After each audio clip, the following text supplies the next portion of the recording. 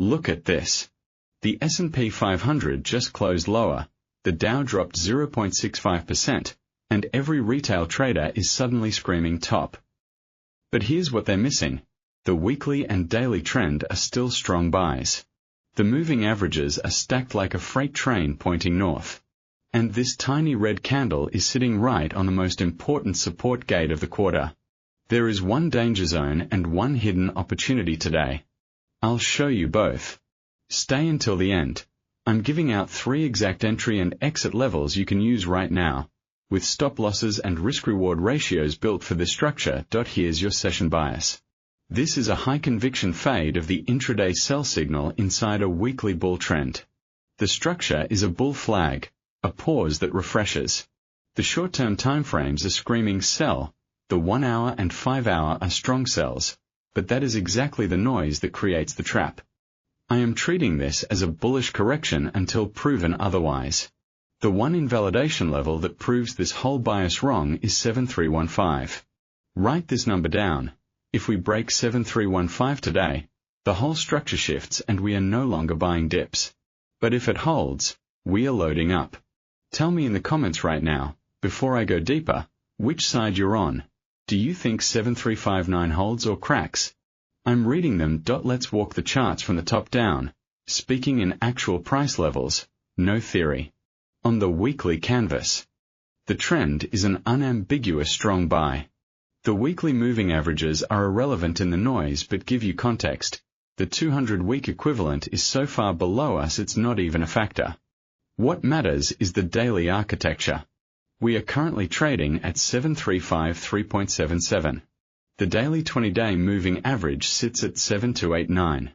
That line is rising at a healthy angle and has contained every single dip for the last leg higher. The 50-day is at 6945, the 100-day at 6922, and the legendary 200-day average at 6790. That 200-day is a brick wall of support way down there, telling you just how strong the underlying trend truly is. But here's where the trap is being set. Price has slipped below the 5-day and 10-day moving averages. The 5 is at 7422, the 10 at 7402. This is what's causing the panic. The short-term momentum indicators on the 4-hour and 1-hour charts are flashing sell. The 1-hour is a strong sell, the 5-hour a sell. If you stare only at those, you'll want to short. That's exactly why we are at the perfect bull trap reversal zone now. MACD on the daily. The MACD line is still deep in positive territory, reading 143.06. No bearish crossover, no negative divergence. In fact, there is a subtle flattening, but it's not a rollover. RSI sits at 61.46. That is not overbought, that is a reset from the recent highs, leaving plenty of room for another impulse leg. Let's talk the liquidity tide. This is the character of the S&P 500, the index that rides the ocean of global central bank liquidity and options gamma. Right now, options market makers are long gamma at the 7350 to 7400 zone. That means they are mechanically buying dips and selling rips, compressing the range. This gamma wall is pinning the index, and every dip to 7359 is being bought by dealer hedging flows. When you combine that with the broad market breadth, more stocks still above their 50-day averages than below, you have a hidden bid. This is not a market rolling over, it's a market coiling. The key support levels on the daily are 7359, which is the prior breakout point and today's opening magnet, and 7315, a structural low from the last consolidation and the do-or-die floor. Resistance sits at 7440, a double-top trigger and the level that if taken out ignites a new leg, and 7477, the measured move target and the extension gate. Yesterday's US stocks closing lower with the Dow down 0.65% was the headline that spooked the herd. But dig deeper. The pullback came on no fresh negative catalyst. It was a classic profit-taking session after a monster rally. The bond market was quiet, yields barely budged, and the VIX stayed in its coma. That tells you this is not a risk-off event, it's a repositioning now. Let's crosslink. The US dollar index is grinding very slightly higher but remains inside a larger downtrend. A weaker dollar has been fuel for equities. and that correlation is intact. More importantly, look at Bitcoin, the risk asset shadow. Bitcoin is lower today as well, mirroring this equity dip, down around 2% and testing its own short-term moving averages.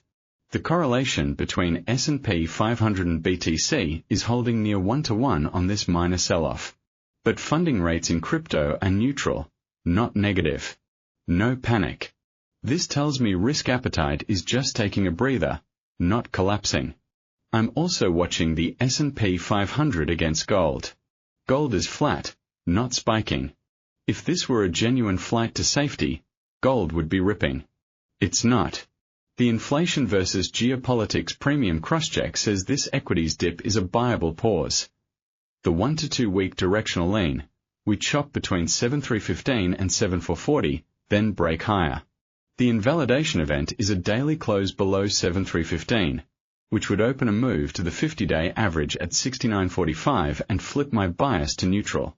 But until then, every dip is a bull flag. Most people will skip this, but this is where money is made. Keep watching. I'm giving you 3 strategies, each with exact triggers, exact stops, exact targets, and what kills the trade. No ambiguity. Strategy 1. The sniper. Conservative. This is the wait for confirmation entry that buys the strength after the trap springs. We need the price to hold 7359, then reclaim the 10-day moving average at 7402 on an hourly close. You wait. Your trigger is a buy stop order at 7410, one tick above that level. Stop loss goes at 7358, just below the key support at 7359, about a 52-point risk. Target 1 is 7440. That's the first resistance and a 30-point gain, giving a risk-reward of 1.6. Target 2 is 7477, the extended gate, for a 67-point gain, risk-reward of 1 to 1.3. If price fails to close above 7402 and instead breaks below 7315, the setup voids immediately. Cancel all orders. Strategy 2, the active trader, standard. This one buys the actual dip at support with a tight stop. Here's the logic.